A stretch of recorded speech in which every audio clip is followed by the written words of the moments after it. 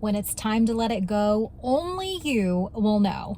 All right, this is the lessons in my Lexus for the week. And a lot of people have asked me about my Social Connect Phoenix event that I hosted last Wednesday and said, is it really over? Was that the final? Was that the last call? And I keep sharing, yes, it is, but for good reason. And some of you know, if you have ever planned an event, it is a lot of work. It's before the event, during the event, after the event, that I started to think, could I make an impact without all of the exhaustion and without this being a big production?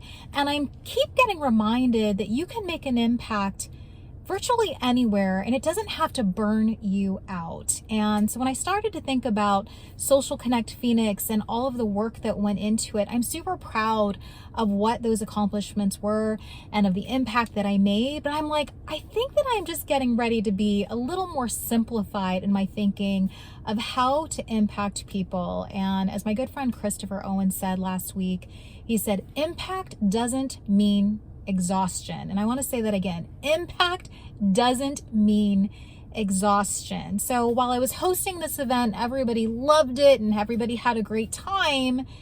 There was a lot of running around. There was a lot of work involved where I barely got to just have a conversation for more than 30 seconds because I was off to the next thing, making sure everybody was okay, making sure everybody got a drink, making sure everybody got fed, that the panel was starting on time and all of this. So it was a lot of responsibility, but I wouldn't trade it for anything. I loved the experience, but as I shared, when you know, you know. And for me, it was time to move on and put that aside and rebrand it and redo it in a way that felt more like me. So here's to new things. Here's to simplifying things in your life. Here's to getting away from burnout completely and still being able to have the impact that you know you have. All right, that's it for today's lessons in my Lexus. Have a great weekend, everybody. I'll catch you back next Friday.